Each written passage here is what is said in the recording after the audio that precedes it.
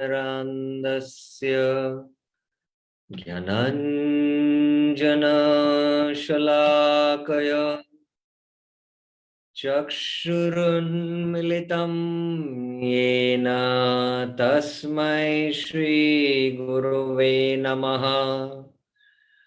श्रीचैतन्यमनोभीष्टं स्थापितं येन भूतले स्वयं रूप कदा मह्यं ददाति स्वपदान्तिकम् वन्देऽहं श्रीगुरु श्रीयुतपदकमलं श्रीगुरुं वैष्णवांश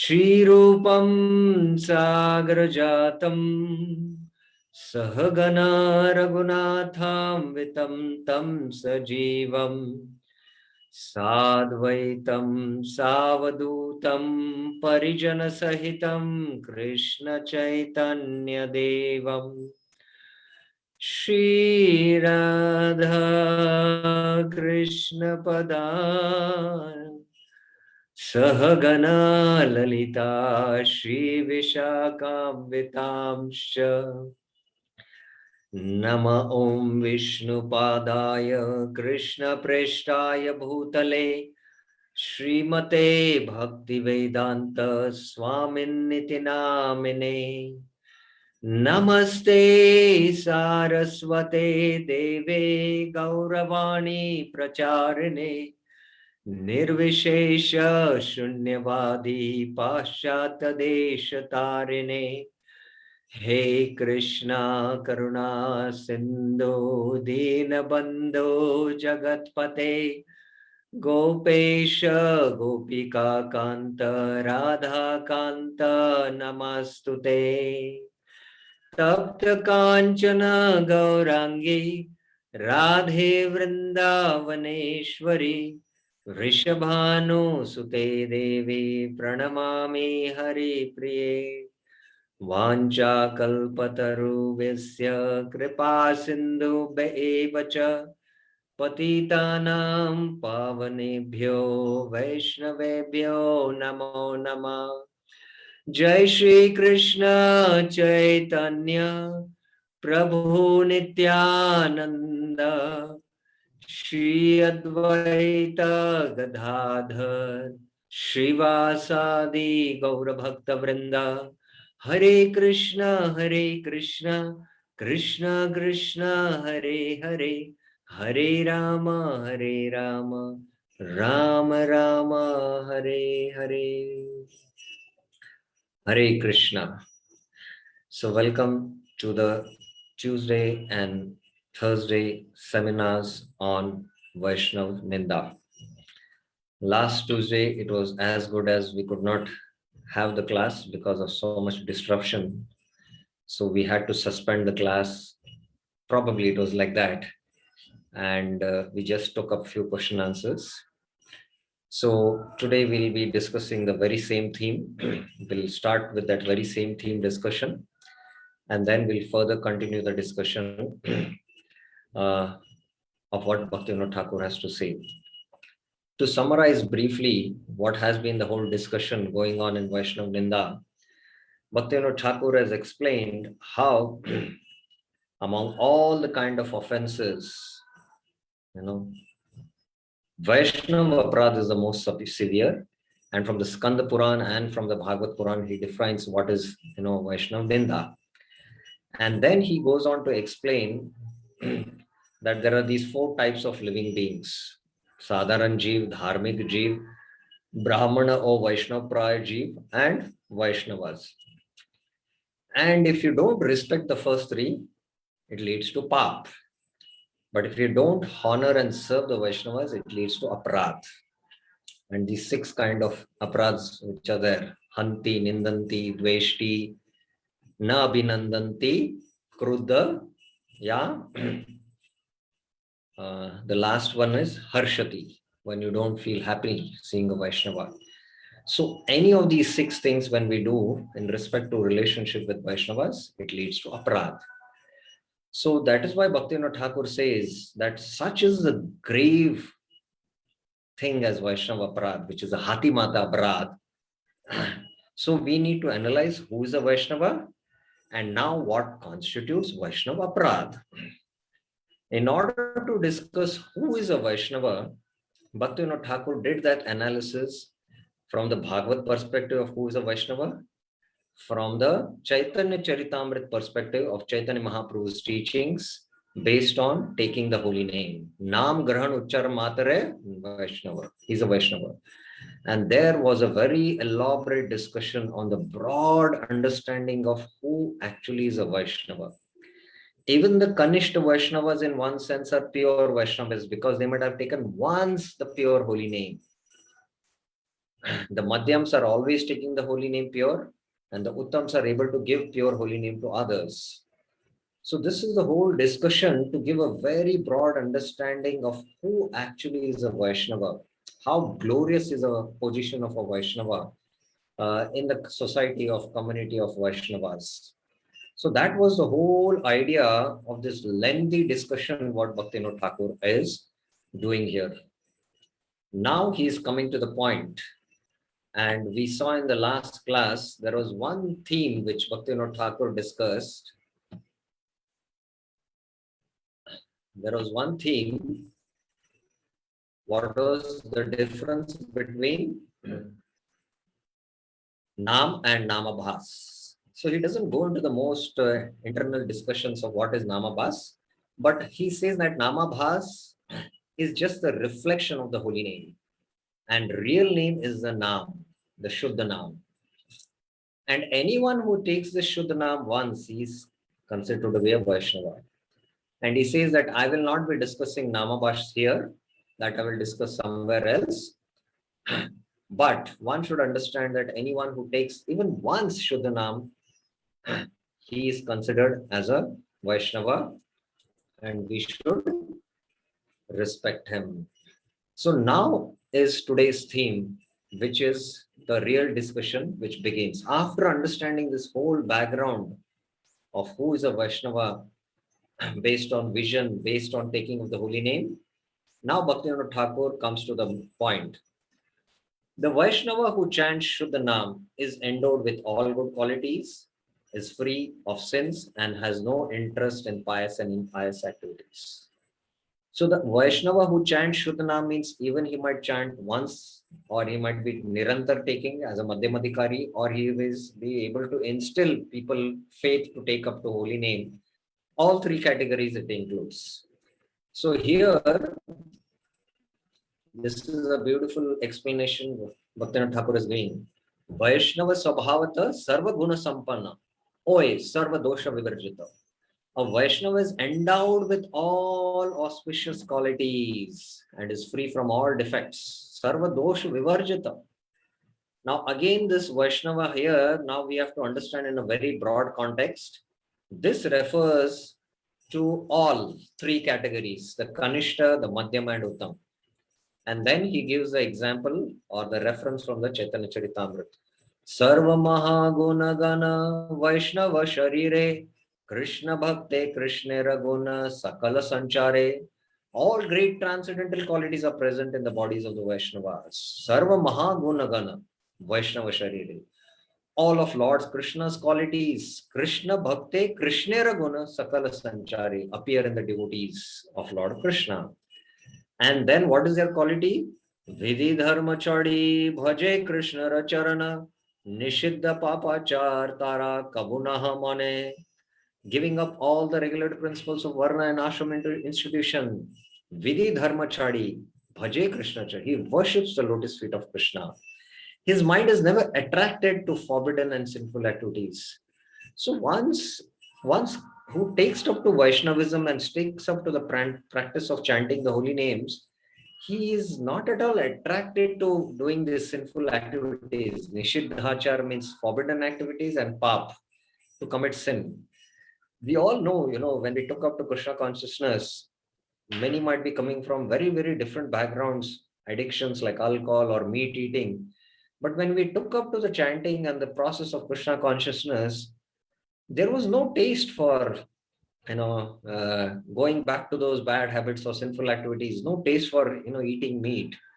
So how powerful and how potent is the holy name who a Vaishnava, a beginner Vaishnava takes up, that he has no attraction for, these Nishiddha and Papachar. Now he comes to the point, Ageno yadi pap upastita. Even if out of ignorance there are sinful activities present in him, Krishna tara shuddha karena na karaya prashita ahimsa niyamadi bhule Krishna sangha. So even if there is some sin residing in him, sinful activity propensities there in his heart, chitta, because anarth nivritti has not yet happened, still what does Krishna do? Krishna purifies that devotee and does not cause him to perform atonement. Na kare prashit. You need not go to the karma kanda procedure of prashit. Non-violence, ahimsa, niyamadi, scriptural injunctions, and so roam in the association of a devotee of Lord Krishna. So all these other qualities which the jnanis and yogis practice as angas of their, path. The Ashtanga yogis are, first yama is, ahimsa, satyam, truthfulness, asteyam, no stealing. So all these qualities a Vaishnava doesn't endeavor. Just taking up to Krishna consciousness, all these qualities follow him. Here, the word uses roam. They roam behind him. Just like with the minister, the secretary, the private secretary, the assistant, the IS officer are all after him. They just roam behind him. So that is the potency of Krishna consciousness, a practice of Krishna consciousness. And then this verse he quotes from the Chaitanya Charitamrita. Asat Sanga Tyaga Ei Vaishnavachar Stri Sangi Ek Asadu Krishna Bhakta Ar. So who is this Vaishnava? What is his acharan? That first thing he gives up Asat Sang. He gives the association, he rejects the association of unsaintly persons. And especially Stri Sangi, those who associate with women for sense gratification, they are all asadu, and those who are non-devotees. So one of the natural manifestations when one takes up to Krishna consciousness is that he is no more interested in associating with materialistic people. This is a natural inclination a devotee can experience. So this is how potent that, we give up this association of materialistic people and we want to be in the association of devotees. So this is the potency and this is the qualities Bhaktivinoda Thakur is quoting from Chaitanya Charitamrita. Now we will go to these verses from the Chaitanya Charitamrita and try to understand them. So whatever verses Bhaktivinoda Thakur quoted, so those verses are from the Chaitanya Charitamrita, Madhya Leela, chapter 22, Sanatan Shiksha, verse 75. Sarva Mahaguna Gana Vaishnava Sharire Krishna Bhakte Krishne Raguna Sakala Sanchare. A Vaishnava Sharire, is one who has developed all good transcendental qualities. Sarva Mahaguna Gana. All the qualities of Krishna gradually develop. Sarva Mahaguna Gana in Krishna's devotee, Krishna Bhakti. So here we had this discussion that sometimes it is observed and everyone admitted. I was very extremely happy about it, being so sincere and honest about it, that we see in Vaishnavas that they don't have good qualities. They are still addicted to some of the habits like being angry, being not polite and humble in their dealings, being sometimes rash, and sometimes they commit, their conduct sometimes is not proper. Whereas we see in outside people, sometimes they are very, sober in their talks, they very softly speak, they have good qualities like compassion and being helpful to others, being careful, they are soft spoken, and they have very sattvic qualities. So among these two comparisons, if we see who is better, a Vaishnava who is coming from a very degraded background and is taken to Krishna consciousness, or a person from the material point of view who has good qualities from a material perspective. So we saw this, and this is the verse which is quoted in reference to this verse. Yasyasti bhaktir bhagavatya kinchana sarver gunestatra samasate sura harava bhaktasya kuto mahadguna manoratena sati dhavato bahi. One who has unflinching devotional faith in Krishna. The first category of person, he has developed now faith, Shuddha faith in bhakti. Although he might be conditioned from the lower modes of tamagun, and he might be addicted in his, previous to coming to Krishna consciousness, some illicit activities like meat eating or chain smoking, and it might be impelling him, and he might sometimes succumb to it also, but still he's glorious because he is trying to battle and try to follow the rules and regulations of what Krishna has spoken. Krishna's rules and regulations are completely transcendental. He's trying to follow that. Whereas the other materialistic person who has good qualities, is in the mode of goodness, he has natural attraction for vegetarian food, but he has natural distaste for non-vegetarian food. He's a vegan. But this other devotee who is coming from a very degraded background, he's battling hard to give up, the previous habits of, eating non-veg. This person is not battling because he has rag for sattvic activities and dvesh for tamasic activities. Now this devotee has developed what? Rag to follow the rules and regulations of Shastra. And the dvesh, it is not dvesh in one sense, don'ts. Don'ts means not to do things which will make me forget Krishna. And he's trying to, his paradigm is different. The first devotee, he is working on a transcendental paradigm. Whereas the non-devotee who is in the mode of goodness, he is still in the paradigm of the material realm.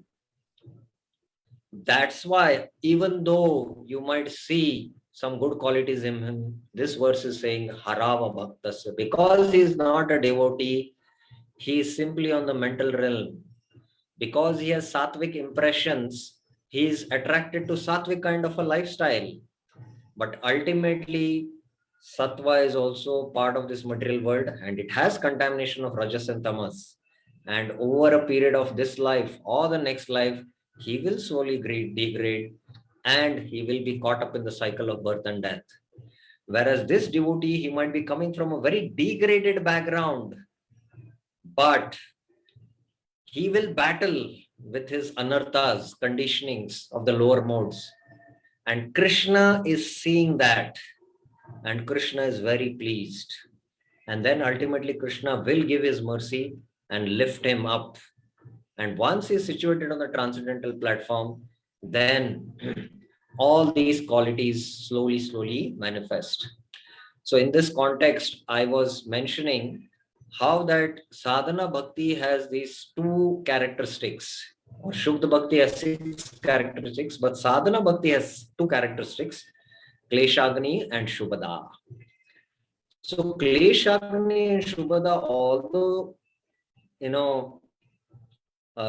with beginning of devotion, they both, start unfurling like the two, leaves which with the seed sown in, a small sprout comes out and a small creeper comes out with 2 leaves.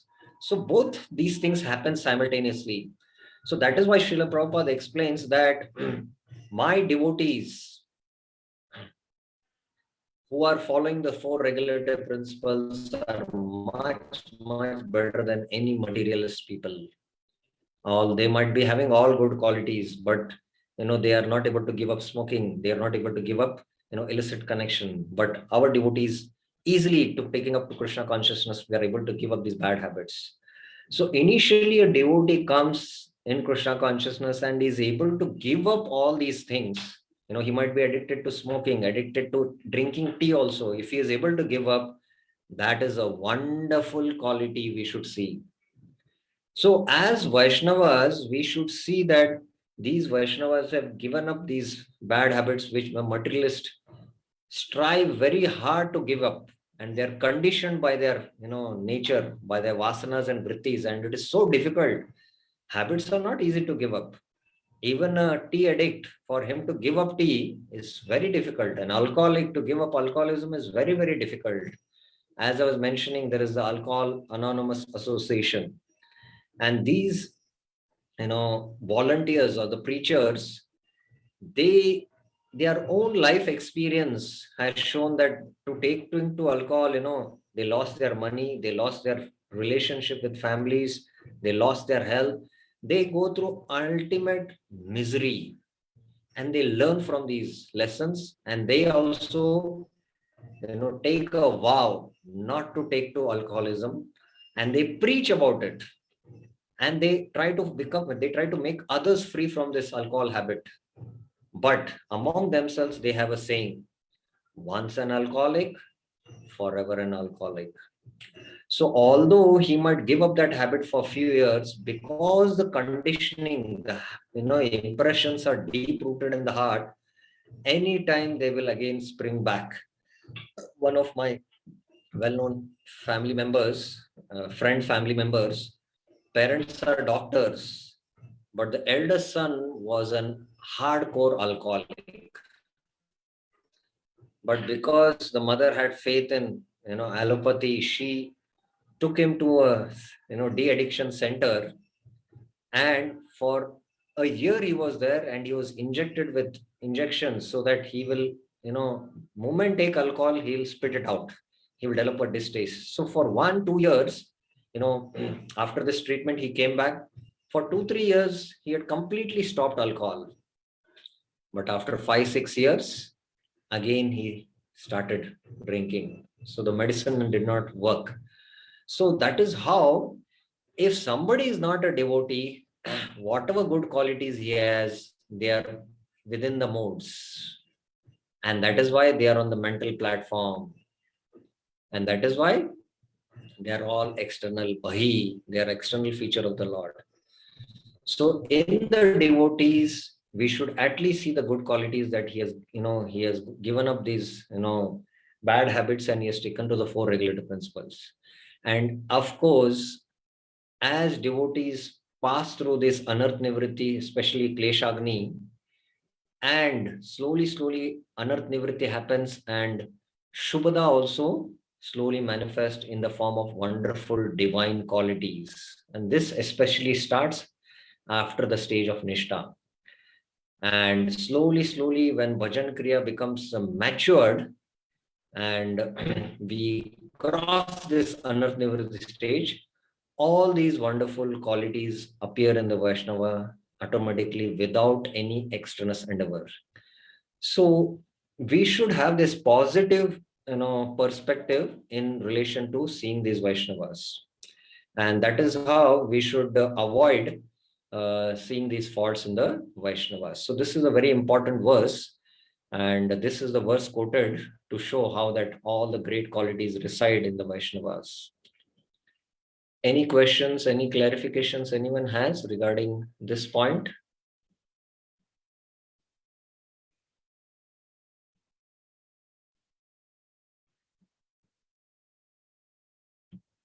Okay. Just a minute. I'll have to on the battery because the battery is low.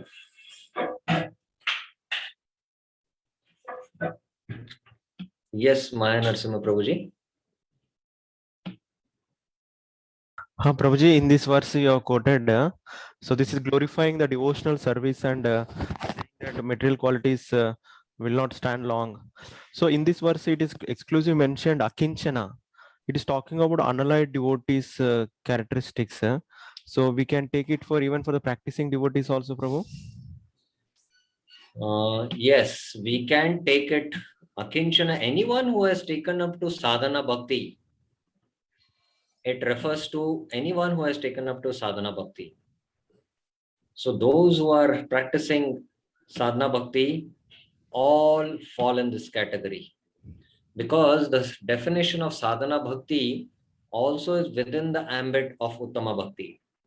Only thing, it is in the sadhana stage, and one is in the sadhya stage.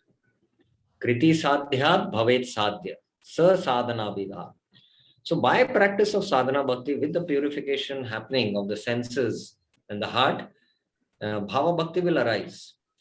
So in sadhana bhakti, the devotion is unripe, and in sadhya bhakti, the devotion becomes ripe.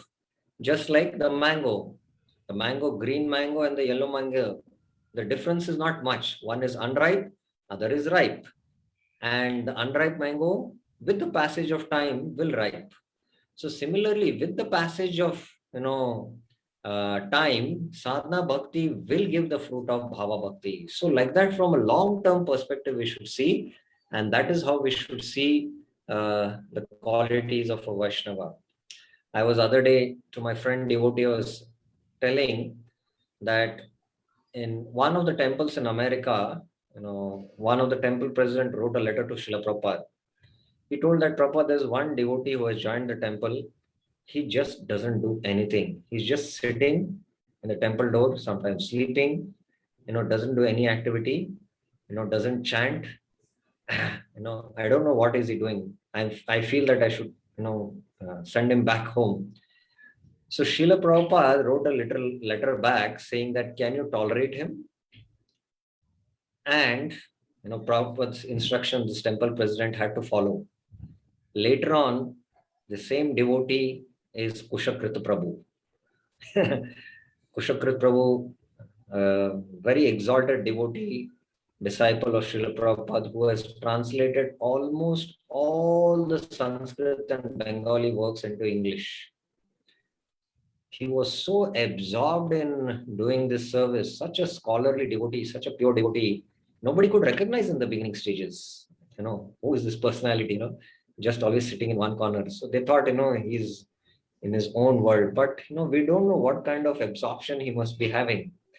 So that is why those who have taken even to sadhana bhakti, this verse applies. So that is how we should understand. Okay, Prabhu. Any other questions anyone has? Okay, so let us go now further to the discussion of these verses. Vidhi dharmachari bhaje krishnera charana nisiddha papachara tara kabunahi mane. Although the pure devotee does not follow the regulated principles of varnashram, Vidhi dharmachari, he worships the lotus feet of Krishna. Bhaje Krishna charana. Therefore, he naturally has no tendency to commit sin. Nishiddha papachar tara kabu nahi mane. So the whole purpose of varnashram is to purify our existence. Srila Prabhupada in one of the purport explains that the whole purpose of varnashram is to turn a crude person into a pure Vaishnava. Just like, gold is extracted from the earth and it is muddy and it is put through a process and then the pure gold comes. So all these samskars, right from, the Garbhadan samskar to the, Namkaran, to the Jat Karma, to the, Upanayanam, and then to study of the Vedas, all these samskars in the Grihastha Ashram, Vanaprastha, all these are meant ultimately for one to, become a Vaishnava. So these regulative principles are meant so that one doesn't commit sin. And a devotee who is taken shelter of Krishna and is doing bhajan of Krishna, he also naturally doesn't have tendency to commit sin. So that is how superior Krishna consciousness is. So Prabhupada explains this same thing in the purport. The varnashram institution is planned in such a way that one will not commit sinful activities. Material existence continues due to sinful activity. When one acts sinfully in this life, he gets a suitable body for the next life. When one again acts sinfully, he takes on another body, material body. So Prabhupada in Srimad Bhagavatam 1-17, Shunvatam Sakata Krishna Punya Shravana Kirtana Ridhantasto abhadrani vidunoti surit satam. So abhadrani Prabhupada refers as sin. And as long as sin exists in the heart, one cannot go back to Godhead, Prabhupada says there. Yeah. And these sins are in the form of especially women and money. He says these are the greatest obstacles for a sadhaka. And even great stalwarts fall prey to it. So these are the anarthas Prabhupada explains. So these are also like a kind of sin. In this way, one is continuously under the influence of material nature. One acts sinfully and is caught up in the modes of material nature. Purusha prakriti stohi bhongte prakrite jan gunan karana guna sangasya sad asadyoni janmasu. Purusha prakriti stohi. The Purusha here refers to the Jiva. Usually, Purusha refers to Krishna because Krishna is actually Purusha. Govindam Adi Purusham Tamaham Bhajami. So the Purusha, in a general sense or in a generic sense, refers to the gender, masculine or feminine. But in a Vedic sense, Purusha refers to enjoyer. So Purusha means enjoyer or Shaktiman. And Purusha is Krishna because Krishna is the enjoyer. He's the supreme enjoyer. And what does Krishna enjoy? Krishna enjoys his Shaktis. He enjoys his Shaktis. So in the spiritual world, all these personalities, even Srimati Radharani is Krishna Shakti. She is the Ladini Shakti of the Lord. She is the Ladini Murtiman Swarup. So we should not see them as male and female, Male is yes, but real Purusha is enjoyer and Prakriti is, Prakriti is the Shakti of the Lord. So this Prakriti, this material energy is the energy of the Lord. It is manifesting from the Purusha. So Krishna is the real enjoyer of this world because Krishna has created this world. But the Jiva Purusha is here, the Jiva is addressed as Purusha because he thinks he is an enjoyer, because he has a desire to enjoy separately from Krishna. So this Jiva can be in the male body or the female body. So Srila Prabhupada in one of his lectures is to explain that sometimes the females also dress like, they wear the male dress. So because this tendency to enjoy is there. So whether, the Jiva is in a male body, dressed in a male body, or the Jiva is in the female body, both have the tendency to enjoy. That is why Purusha and Prakriti Stohi. This so-called Jiva, considering himself to be Purusha, he is situated in this Prakriti, this inferior Prakriti, this material energy. Actually, he is Prakriti. He is a Para Prakriti. So, Prakriti trying to enjoy Prakriti is incompatible. That is why everyone in this material world, is not at all satisfied. Prakriti trying to enjoy Prakriti. The Jiva is Prakriti, the Para Prakriti of the Lord, the superior energy of the Lord. And it is trying to lord over the inferior energy. But both are Prakriti. And that is why there is an incompatible situation. So the Lord is the real enjoyer because he is Purusha. And we have tried to become imitative Purushas. And that is why Bhongte Prakritin Janguna. Bhongte means here is the seed of desire to enjoy. Bhongte, as it is mentioned here. And this Prakriti is made of teen gunas, Jan Gunan, Sattva, Rajas, Tamas. And because he tries to enjoy these three modes of the Prakriti, Karanam Guna Sangasya. He associates with these modes Sad Asad Yoni Janmasu. So sometimes he's in the mode of goodness, he's in the heavenly planets, enjoying in the heavenly planets, and then he gets degraded, goes to the hellish planets, the modes of ignorance, and he suffers. So because of his activities of the desire to enjoy, sometimes he's in the higher realms, some higher realms in the lower realms, he is getting this different sad asad yoni janmasu, you know. So this is the root, of our existence in this material world. So that's why Prabhupada is quoting this verse. Due to our association with the modes of material nature, we get different types of bodies, good and bad, sad and asad. One cannot be liberated from the cycle of birth and death, known as transmigration of the soul, unless one is completely freed from all sinful activities. Associating with the modes means it is sinful, whether it is goodness, passion, and ignorance. So one has to become completely freed from the modes. The best process, therefore, is to take Krishna consciousness. One cannot take to Krishna consciousness without being freed from all sinful activities. And in this context, we discussed Esham tu antagatam papam jananam punya karmanam te dvanda moha nirmukta bhajante mam dridhavrata. So one understanding is those who have taken up to Krishna consciousness, they have exhausted all their sinful activities. Without being pure, one cannot take up to Krishna consciousness. Without having the qualification of a IIT, very high scoring, he cannot be qualified to enter into IIT.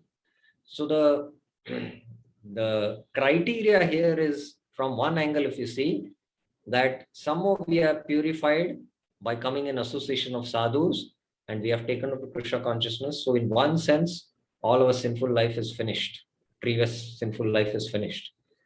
And from another angle, I was explaining how in the stage of bhajan kriya, there is this anarth nivritti.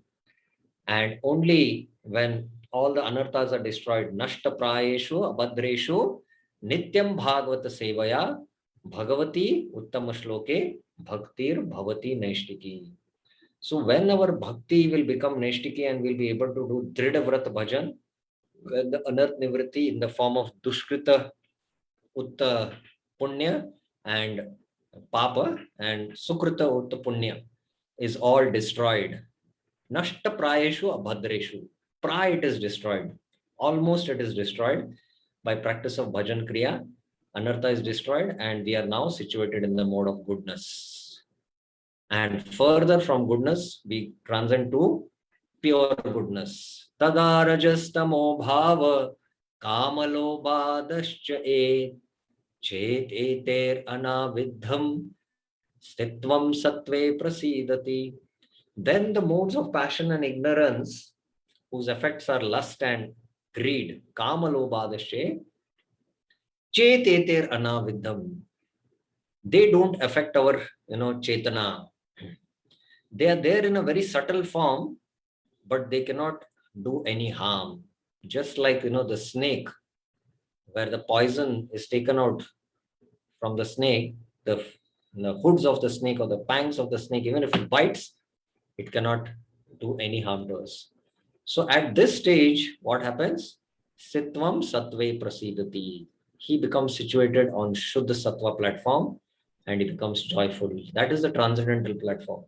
So after the stage of Nishta, Ruchi, Asakti, these levels, also it can explain. So at the beginning also, this verse can be referred, 7.28, and at the intermediate level also, you can refer this verse. Naturally, one who is serious about Krishna consciousness is freed from all sinful activity. Consequently, a devotee is never inclined to commit sins. So here is a little higher level. Prabhupada is explaining, very serious. That means very serious about his bhajan. Then he is, like Nashta Prayeshu Bhadreshu. If one is pressured by the law or obligations to give up sinful activity, one cannot do so. However, if one takes to Krishna consciousness, he can very easily give up all sinful activity. This is confirmed herein. So how much pressure, how much obligations you put, you cannot give up your sinful activity. But those who take up to Krishna consciousness, they can easily give up these sinful activities. That is a power. Now the next verse of Chaitanya Charitamrita, which Bhaktivinoda Thakur had quoted only the second line, Krishna Tara Shuddha Kare. Ogeno, he had spoken in Bengali, but this is the actual verse, 143. Agyena vahoy yadi papa upastita Krishna tanra shuddha kare na kare prashita. If, however, a devotee accidentally becomes involved in a sinful activity, yadi papa upasthita, Krishna purifies him. Krishna Tandra Shuddha Kare. He does not have to undergo the regulative form of atonement. Na karaye prashchit. Now, this is also a very important principle we need to understand, that I'll ask a question here. Ajamil's activity of first seeing that prostitute and a drunkard, that scene what he saw, that was intentional or accidental? You can type in the chat box. By which he started committing, he got married to the prostitute later on. Was it intentional or accidental? There are only 3 answers. I would like to hear from others. Okay, so 4 of them have answered as yes. I'm getting everyone's answer as accidental. But later on, that accidental scene, what he saw, by which, the Papa, there is one answer which is intentional. No, it is accidental, because he had gone for a purpose to, get wood for the yagya, for the spiritual master or his father, where they were doing a yagya. And while picking up the wood, somehow accidentally he came across the scene. But what did happen? He saw the scene and he was affected. His Chetana was affected. He tried to remember the Shastras, but the impressions were very strong in the Chitta. And that accidental scene, what he saw, he started committing sin. So what was accidental, which happened, by which he committed the sin of marrying the prostitute, later on in his life, as a wife, as his prostitute, all the remaining activities Ajamil did, were they accidental? They were all intentional. Intentionally, he used to plan to commit theft, to commit robbery, to commit all sinful activities. They were all with intentions. So although they were, intentionally committed later on, the first incident was accidental, but later on, all the activities, Ajamil, with use of intelligence, committed these sinful activities. They were all intentional, but still, when he took up the name of Narayan at the time of death, out of fear, because his shelter was his son Narayan. That was his ultimate shelter. That was his attachment. But still, Lord Narayan saved him because he took Namabhas. So what to speak, accidental. Sometimes, accidentally something might happen in a devotee's life. And that incident, what has happened as an accident, later on becomes an intentional activity over a period of time. And that anartha becomes so deep rooted. And those sins, even if they are intentional, but still Krishna saved Ajamil. So this is the glory of devotion. This is a glory of pure devotion. This will come up, when we discuss the most confidential verse of the Bhagavad Gita, which Bhaktivinoda Thakur is going to quote. So this is the difference between intentional and accidental. So here, Bhaktivinoda Thakur is, or the verse is referring to accidental. Even if he becomes involved in a sinful activity.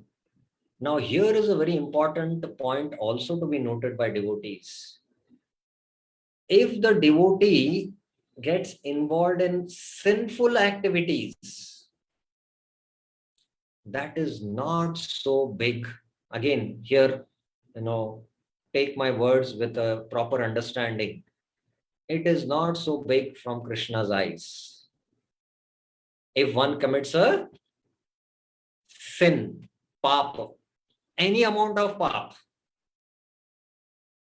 most of the most sinful activity he might commit, that is not so, big in Krishna's eyes. But if he commits aparadh, then Krishna also cannot do much about it. So this is how we should see about the sins. Sometimes, devotees weigh things from the lens of sin, but we should lay the lens from aparadh. If he commits, being in the devotional life, if he commits also some sinful activity, it is not so big, because that sinful activity, will be easily cleansed by Krishna. But if he does aparadh to Vaishnavas, that is very, very dangerous. That is very dangerous. So here it is being spoken about what? Accidental sin. Krishna purifies him. I will take this question after I finish this discussion. Krishna purifies him. Krishna Tandra Shuddha Kare. He does not have to undergo the regulative form of atonement. Na Karaye Prashit. There is no need for Prashit for him. Srila Prabhupada. Krishna purifies him within as the Chaitya Guru, the spiritual master within the heart. This is described in the following verse from the Srimad Bhagavatam. That's what Prabhupada says. Krishna purifies him from the heart. Now, which is that verse? This is that verse. Swapada moolam bhajata priyasya tektvanya bhavasya hari paresha vikramya chot patitam kadachin dhunoti sarvam ridhi sanyavishta. One who has given up everything, tattva anya bhavasya, given up karma yoga, ashtanga yoga, jnana yoga, everything, and has taken shelter of the lotus feet of Hari, swapada moolam bhajata, the Supreme Personality of Godhead, Hari Paresha, is very dear to Krishna, priyasya. If he is involved in some sinful activity by accident, the Supreme Personality of Godhead, Vikrama yat chot patitam kadachin, who is seated within everyone's heart, Ridhi Sanyavishta, removes his sins without difficulty, Dhunoti Sarvam. Now, this is, how Krishna acts for his devotees. One who has taken shelter of him, one has taken to the path of bhakti, one has this kind of, dedication. Who has, one quality we should see in the Vaishnava is that Krishneka Sharanam. There are 26 qualities of a Vaishnava. Although these 26 qualities like Dayalu, Kripalu, Sahishnata, Dainya Bhav, and Kavi, Daksha, all these qualities might not be there. But if that one quality is there, Krishnek Sharanam, we should see that only one quality. He has ultimately taken shelter of Krishna. He has faith in Sharanagati. He has somehow come to the lotus feet of Krishna. This quality to see in devotees is difficult. And because only Krishna can see, and that is why one should be very, very thoughtful, very introspective, that somehow he has come to the shelter of Krishna. He has that faith. Only by seeing, or by observing, we cannot understand. But when we are near to that Vaishnava and that Vaishnava speaks to us, then we can realize. So that is why even if, he commits, vikarma yad chotpatitam kadachin, if he commits something like this, dhunoti sarvam. So this is how Krishna does. Now here I would like to tell you a true incident, and I'll keep the matter a little confidential, but this is a true incident. In one of the temples, there was one devotee, he was a grahastha, and he's connected to the practice of Krishna consciousness since many years. But somehow he had an illicit relationship. And in the temple council there, the temple management, the information was received. Now, what to do about it? Because this is a sensitive issue. And how to deal with him now? Because, the family is disturbed. And, if other devotees come to know, institute considerations also have to be there. So whether to ban him from Krishna consciousness or whether to allow him to practice. But somehow that institute or the temple body there took a decision to allow him with certain restrictions. And this Vaishnava, somehow, he sincerely repented for his activities because the conditionings are very, very deep rooted. Prabhupada explains this in 3.34 of the Bhagavad Gita. Indriyasya indriyarte raga dvesha vavestito tayor na vasham agacche toi yasya paripantino. He explains this, Prabhupada, that although one is married in a dharmic way, still sometimes one is attracted to outside the relationship. This is very deep rooted in the conditioned soul, Prabhupada says.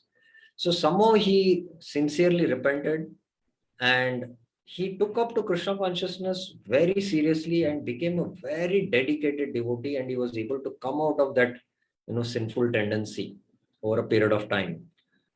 Because Krishna sees his intention and purpose. And when our intention and purpose is true and we are sincere, Krishna in the heart is seeing us. Nobody else can see what Krishna sees. And Krishna purifies, those anarthas which are there in the heart. And no more he will be attracted to that, because these are deep-rooted anarthas sometimes. There is another incident which one of our sannyasis told me. He told me in one of the centers in America, which center I don't know, there was a very nice temple leader, and somehow the whole temple was functioning very nicely. The devotees were doing very nice book distribution, temple programs are going on. But suddenly this temple, president took a lot of money from the temple and eloped, ran away. And this incident impacted, in fact, the community there, because such an activity did of, stealing the money and gone, is absconding. And somehow the devotees, got back to their action and slowly revived the temple activities, got the financial situation back. And over a period of 1 or 2 years, things started going normal.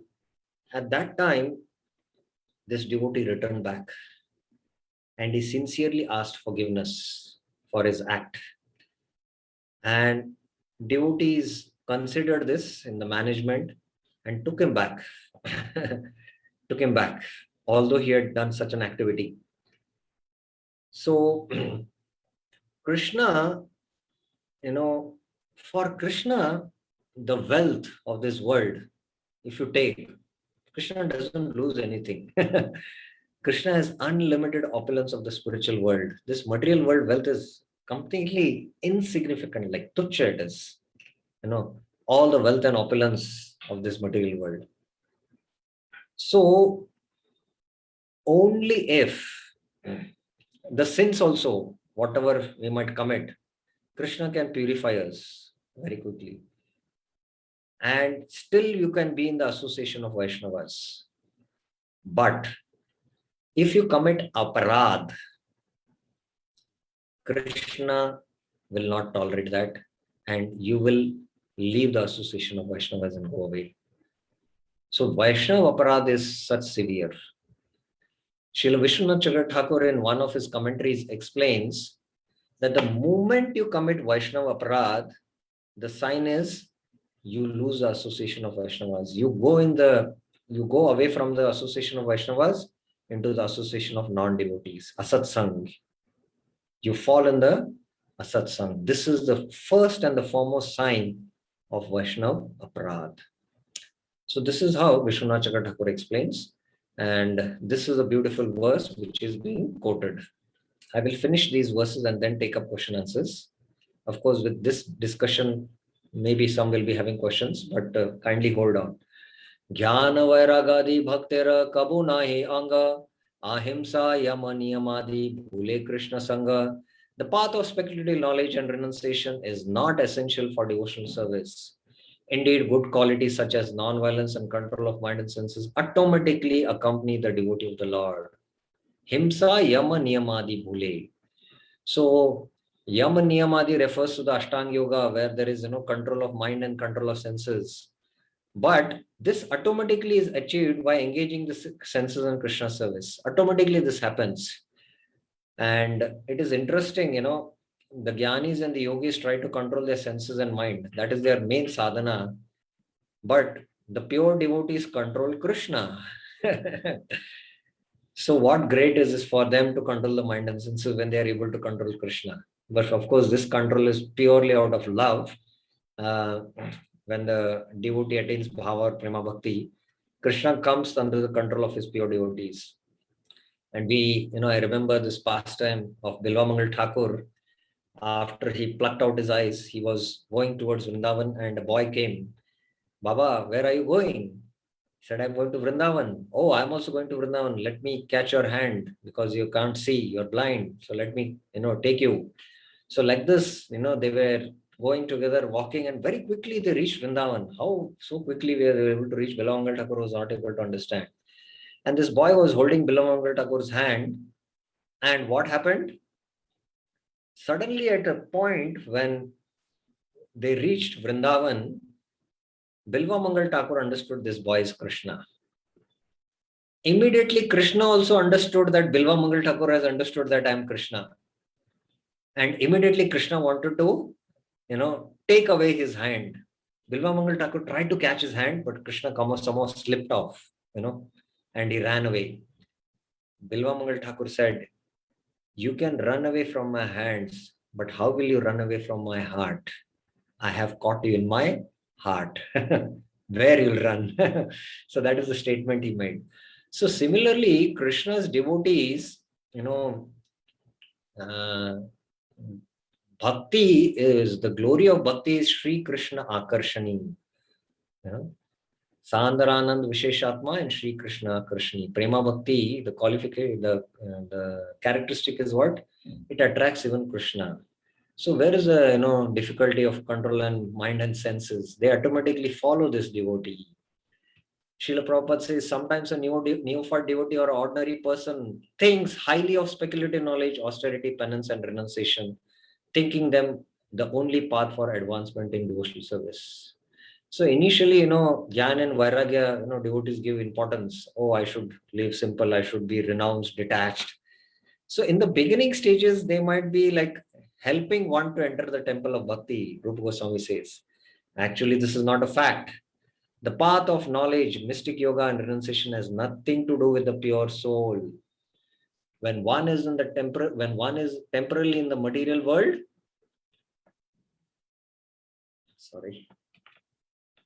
such processes may help a little bit,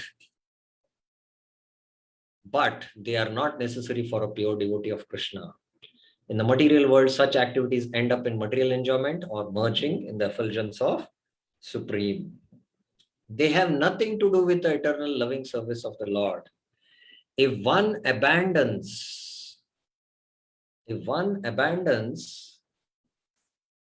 speculative knowledge and simply engages in devotional service, he has attained his perfection.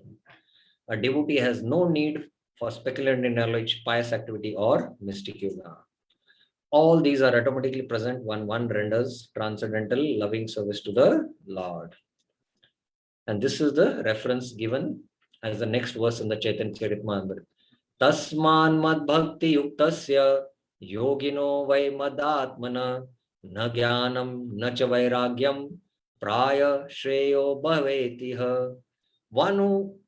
For one who is fully engaged in my devotional service, mad bhakti yuktasya, whose mind is fixed on me in bhakti yoga, yogino vai madatmana. The path of speculative knowledge and dry renunciation are not very beneficial. Na jnanam na cha vairagyam. That is why Rupa Goswami in Bhakti Rasamrita Sindhu devotes an entire discussion where he mentions that Varnashram are not the angas of bhakti. Jnana and Vairagya are not the angas of bhakti. In fact, they are detrimental in the practice of bhakti. Because by practicing Jnana, one's heart becomes hard. whereas Bhakti's nature is Sukumar, soft. So in fact, they can be detrimental in the practice of Bhakti. And this is the last verse. Asat Sanga Tyagi Ei Vaishnava Achar Sri Sangi Eka Sadhu Krishna Bhaktar. So this is the Vaishnava Achar. Avoid association of ordinary people. Association of especially men attached to women and those who are not devotees. So now Bhaktivinoda Thakur will come to a next level of discussion after explaining Vaishnavas have these all Mahan Gun. So there is one question. So let me take up this question and then go to that next theme. There is one question by Maya Narsimha Prabhuji. Yes, Maya Narsimha Prabhu. Prabhuji, Hare Krishna, Prabhuji. So coincidentally, you spoke about the incident. I was about to ask a similar question in the same lines. There is one devotee who is quite famous, and he has done a lot of dedicated service in our mission, and he promoted many devotees on this path, and he has been adored and respected by many among here community devotees. But we found that a couple of years back, he was having a lot of illicit relations with a lot of Matajis, whom himself has trained up. So unfortunately, one Mataji, I mean, she spoke up in a higher forum, and we all came to know, and it was disclosed in a open forum to all the devotees to be careful with that devotee and not to invite and to maintain some distance. So as you are saying all these wonderful verses, so that Krishna doesn't see that, but as a conditioned beings, how we should adopt those devotees, and how we should, what should be our thought towards them, and how we can avoid not thinking that he has betrayed and he has cheated. Whatever may be the reason, maybe it is uncontrolled senses or whatever may be the reason, but ultimately we have lost kind of faith, because new people have still have a lot of doubts in the process with these kind of examples. Yes, yes, yes. So this will be addressed when we take up 9.30 and 31. So which will be coming up hopefully, I don't know whether today, but it will come up in the next Tuesday. So kindly hold on till Okay, we Prabhu. discuss 9.30 and 31. And at that time, there are two considerations which have to be taken care. One is the institutional considerations, and one is at the personal level. And there is second, another finer consideration is about the character of the person. We need to see, whether such activity is, his habitual nature, where he's uh, utilizing it and committing these kind of activities, or it is because of the deep rooted conditionings which might accidentally happen. And these all fine considerations have to be taken care. And especially Prabhupada addresses these issues in his commentary to 9.30. So definitely there, a lot of light will be thrown on this topic. So we will wait till we discuss 9.30 and 31, which is one of the most confidential knowledge. And if we can understand this most confidential knowledge, we will never commit Vaishnava Aparadh or criticize Vaishnavas. And our success in Krishna consciousness is almost guaranteed. So we'll hold on till that discussion is there. Any other questions regarding what we discussed up till now? No, Prabhu, thank you. Anyone has any other questions till now what we discussed? When a non-devotee troubles a devotee, does he incur the consequences of offending a devotee? Yes, very nice question. If a non-devotee troubles a devotee, firstly, there are many ways we need to look at. Firstly, that devotee, non-devotee, he's not committing sin, he's committing aparadh. If a non-devotee troubles a non-devotee, then it is sin. But if a non-devotee is troubling a devotee, he's committing aparadh. That is how, from his perspective, he has to see. So that is why he should be also very careful. Secondly, how should a devotee see when a non-devotee troubles him? the devotee should see that this is for my purification, and he should be able to tolerate it. Krishna has somehow sent this, in my life to, make me firm in Krishna consciousness. So all the troubles, especially, I was mentioning there is this Adhyatmika Klesha, Adi Bhautika Klesha, and Adi Daivika Klesha.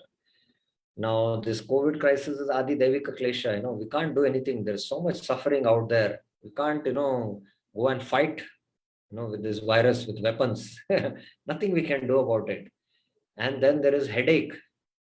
I cannot take a hammer and break my head on it. I'll not do that. I have to just tolerate it. But other living beings, Adi Bhautika Klesha, which is inflicted, especially in the association of devotees, that, we think we have control, and we try to find some measures, to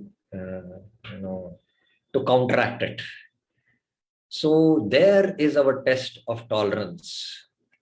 And there are different tests which Krishna, gives us in order to, bring out our conditionings, to, expose us, how deeply we are conditioned, so that we can go deeper in spiritual life and learn the lessons and prepare ourselves for bigger test, which Krishna will give. Krishna will also give a test according to one's level he is. He'll not give a very huge test, because if he gives that kind of test, one will leave only Krishna consciousness. So Krishna will give a test according to one's level.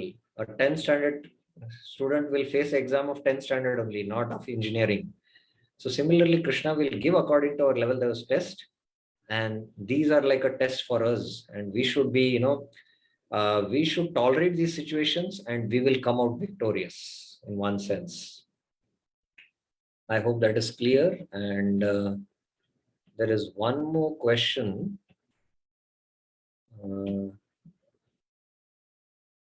Yes, Mataji.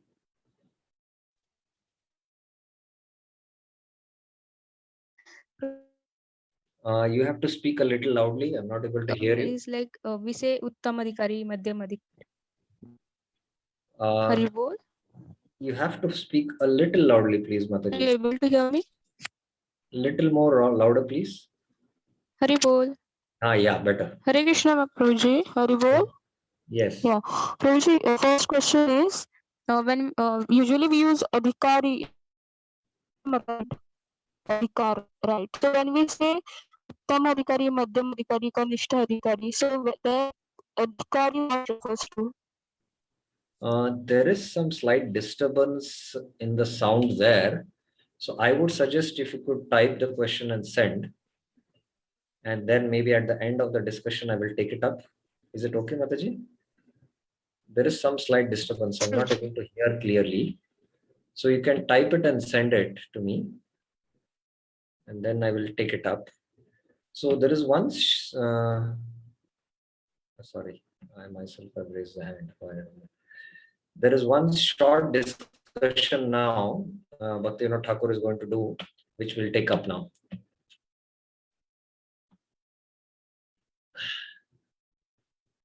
Ye dine hoite eka Krishna naam, jivaya udaya hoy, se dine hoite ar, jivera paparuchi thake nay. The living entity has no more taste for sinful activities from the day a single holy name of Krishna appears on his tongue. Ye dine hoite eka Krishna naam. Now here again Bhaktivinoda Thakur, when he is referring to eka Krishna naam, can you again type in the chat box which name he is speaking about when he's saying Krishna naam? Everyone can type in the chat box when he's saying eka Krishna naam, which, yeah, it is Shuddha Naam. So even a Kanishta Adhikari can take once the Shuddha Naam. Yes, you are very clear about the teachings now of Bhaktivinoda Thakur. So even a new devotee, and I have seen practically, I have experienced in my life, many new devotees take up to Krishna consciousness, and suddenly in their beginning stages of life, they just take that one name which is out of this world experience for them. And tears might also come in their eyes. So that day, when that one name they have taken, E Dine, they have no more taste for sinful activities. Where? From the day a single holy name of Krishna appears on the tongue. See the potency of the holy name. So everyone has typed Shuddhanam. Excellent. Next, Bhaktivinoda Thakur says, Pape ruchi hoya dure thakuka punyato hoy ruchi thakena. What to speak of the taste for sinful activities? He has no more taste for pious activities. He doesn't even have any taste for pious activities. So how many we see in Krishna consciousness today who are practicing chanting of Hare Krishna Mahamantra and following the four regulative principles? They are doing punya activities like, doing some yagyas to go to heaven, or this kind of yagya, that kind of yagya, pious activities, we hardly find Vaishnava Vaishnavatara or Vaishnavatama Sakale Nirjana Nirbala or Nishpapa. Good Vaishnavas, better Vaishnavas, and best Vaishnavas. So we know all these three definitions. A Vaishnava means once he has taken Shuddhanam, and Vaishnavatara is he has crossed the stage of Namabhasya and is always Nirantar taking Shuddhanam. And the best Vaishnava is one whose heart Ladini Shakti has entered at the stage of Bhava. All are free from material contamination, spotless and sinless. Too much for us to digest this. But Bhaktivinoda Thakur is saying, and we have to accept it. Yadi papera adhara deke aya, tabe thake Vaishnava madhya pariganita karayayana. If a person is seen to value sinful activities, he cannot be counted as a Vaishnava. So here is one also benchmark, which Maya Narasimha Prabhu had asked this question. If a person, how much he values these kind of sinful activities, if you see, if he's valuing still sinful activities, then he cannot be counted as Vaishnava. So then he doesn't come in these three categories of Vaishnavas who are free from material contamination, spotless and sinless. So this is what Bhaktivinoda Thakur is saying. Kanishta Vaishnava Roy Papa Oy Punya Ruchi Thakena. So Bhaktivinoda Thakur is saying it's true. Even a Kanishta Vaishnava has no taste for sinful or pious activities. Any Shuddha Vaishnava Hayachen Tahara Doshanai. There is no defect in one who has become a pure Vaishnava. One who has become a pure Vaishnava, there is absolutely no defect. And I will substantiate this from the Nectar of Instruction verse. Ataeva nindai hoy, eni tahara ninda kariben, tini Vaishnavara mitya apavad aropa kariben. Now he is concluding the discussion. Ataeva. Therefore, there is no criticism of him too. Tahar ninda kariben tini Vaishnavara. All three kinds of Vaishnavas, no criticism for him. He who criticizes him falsely, accusing a Vaishnava. Vaishnavara mitya apavad aropa kariben. He is falsely accusing that Vaishnava who is criticizing him. Now, who are these wicked people who see faults in Vaishnavas? In three ways. So this is a very important theme which is coming up, and it's a small theme, but the explanation is very elaborate from the Bhagavad Gita. I will take the small theme today and leave the climax coming up next week.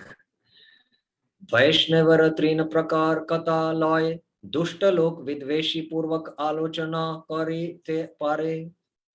Evil people can hatefully discuss three kinds of topics regarding a Vaishnava. Vaishnavara teen prakar kata.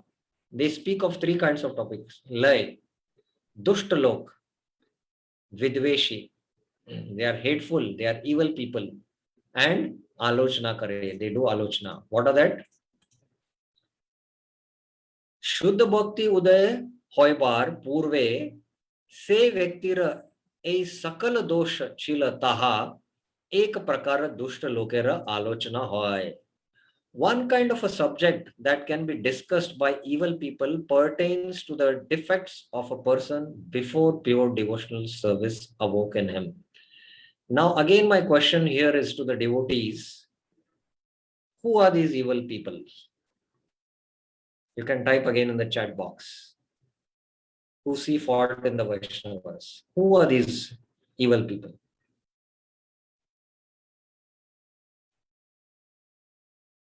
I hope the question is clear. When Bhaktivinoda Thakur is speaking about these evil people who see faults in Vaishnavas or criticize Vaishnavas, who is he referring to these evil people? Friends and relatives, non-devotees, atheist, dushkritinas.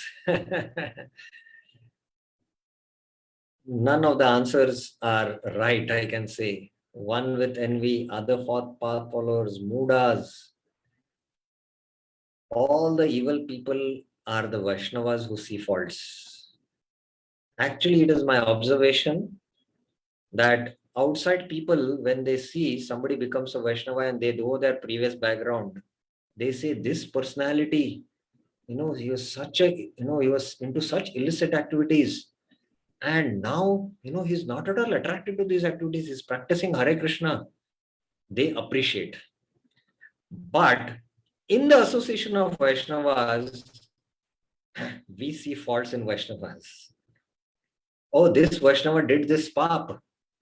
Previously, he was, before coming to Krishna consciousness, he was addicted to these activities. Do you know that? So these are the evil people. Others are not, they are not in touch with us, the other path followers or, the atheist. They don't know about Vaishnavism, how they will speak about it. So very less it is the outsiders, it is within the society. Once, this is a true incident, one of, a brahmacharis who is known to me, he's a very well-known colleague of mine. One of the very senior devotees, who is a Uttamadhikari, in fact, he was suffering from some health problems, especially, related to the lungs. And this Vaishnava told that he's suffering because previously he was addicted to, before coming to Krishna consciousness, addicted to some habits of smoking. I was furious. I just could not tell anything because he was senior, but I could not tolerate it. And I got the book where Bhaktivinoda Thakur explains that one who sees, faults prior to one taking to Krishna consciousness is a severe offense. Bhaktivinoda Thakur mentions that in even Harinam Chintamani. So I gave this book to this, devotee colleague of mine and told him, please read this particular stanza. And moment he read, he realized that he had committed a great offense. And he told me that I understood. Thank you very much.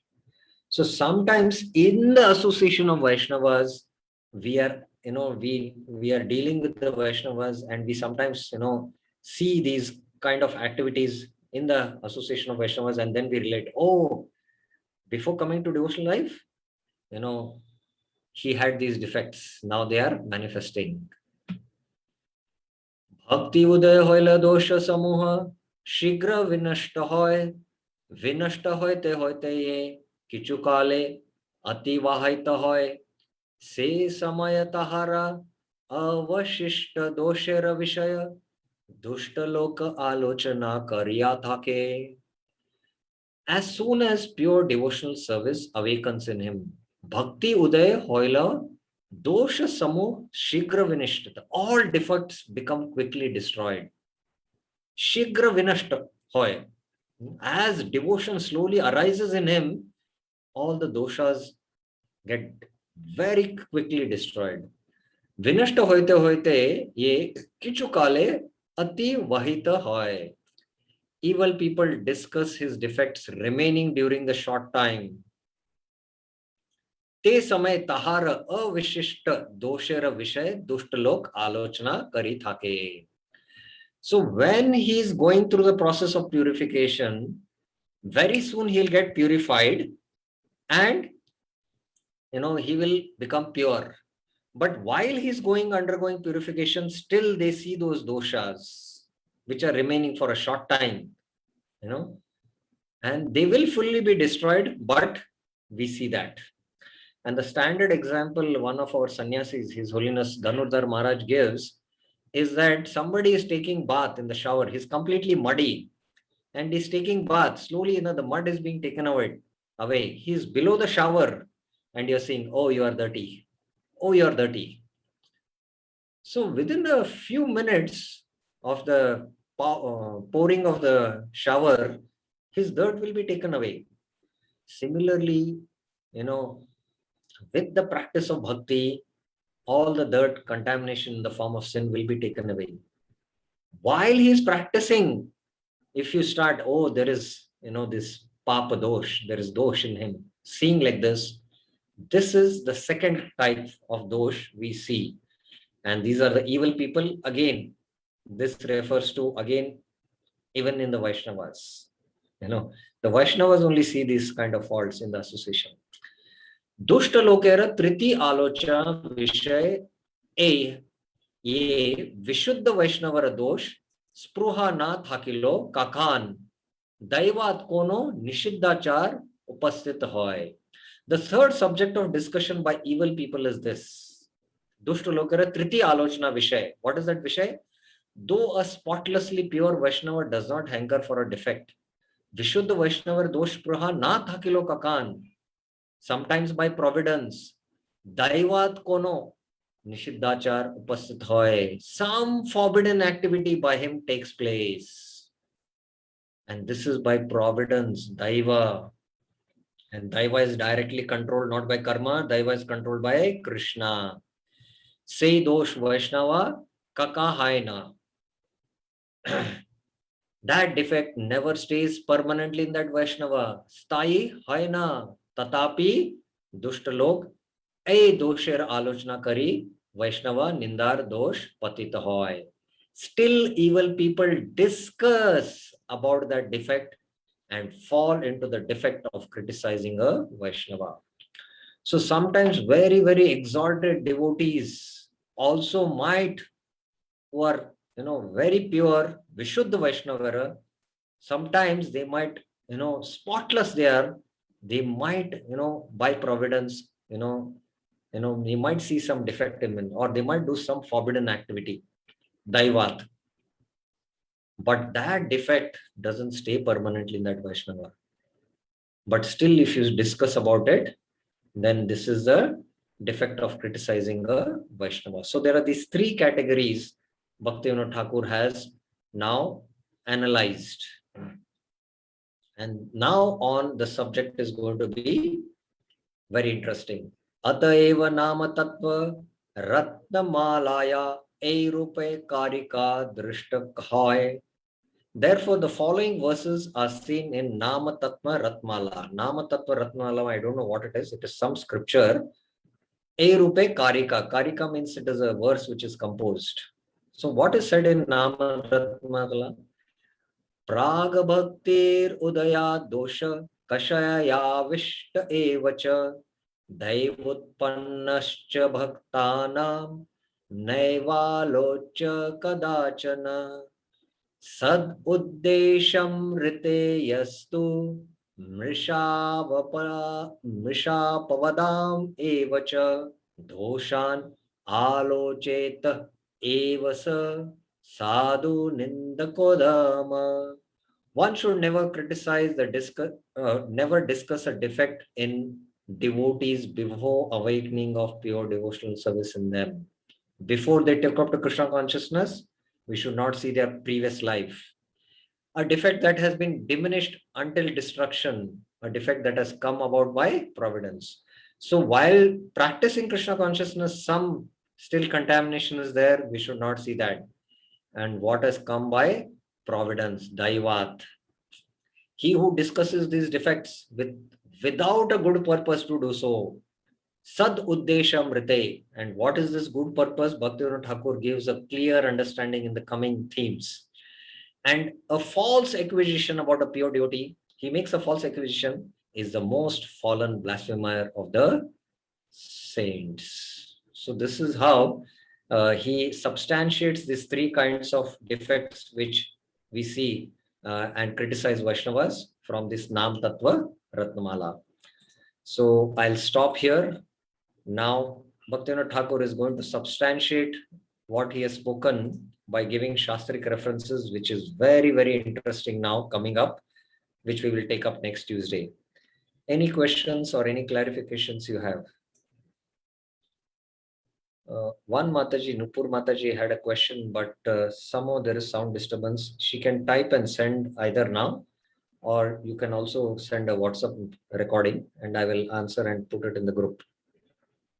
Any other questions anyone has?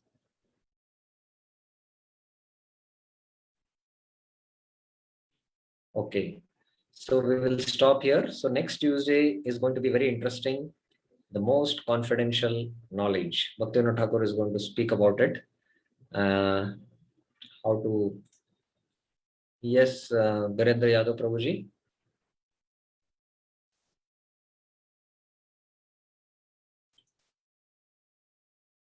Yeah.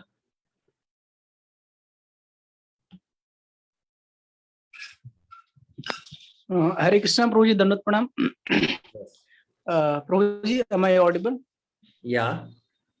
Prabhuji, my question is, what if two Vaishnavas, while discussing some Vaishnava philosophy, if it turns into argument or something like that, will it be fall in Vaishnava Pride? What if Vaishnavas discussing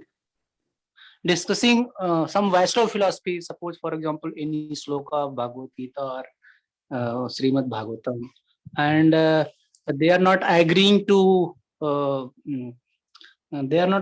each other's discussion, I mean arguments, and it turns into some argument, then will it be counted in Vaishnava?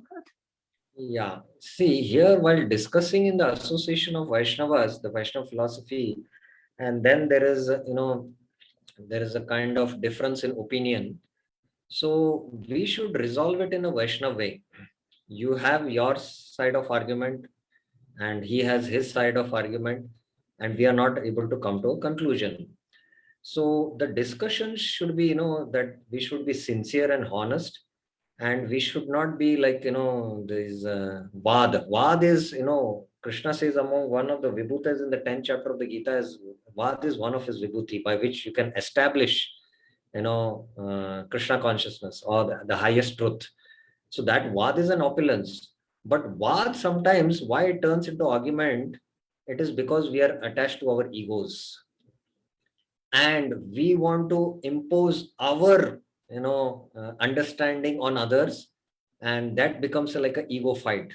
So among Vaishnavas, we should be humble and present the things in a humble, submissive way.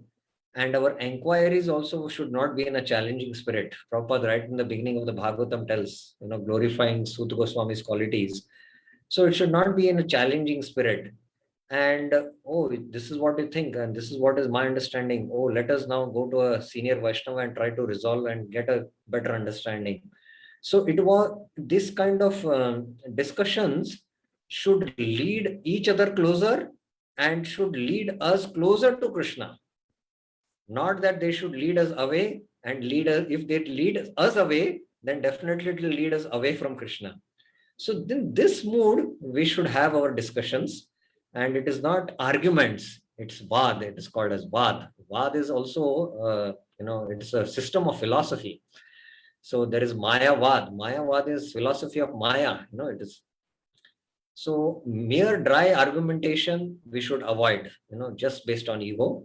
But it should be based on a humble Vaishnava platform, these kind of discussions. And these should be the mood, as I was mentioning. Now, this is one more question which we could not take up. What is the significance of the term Adhikari with respect to Uttam, Madhyam, and Kanishta?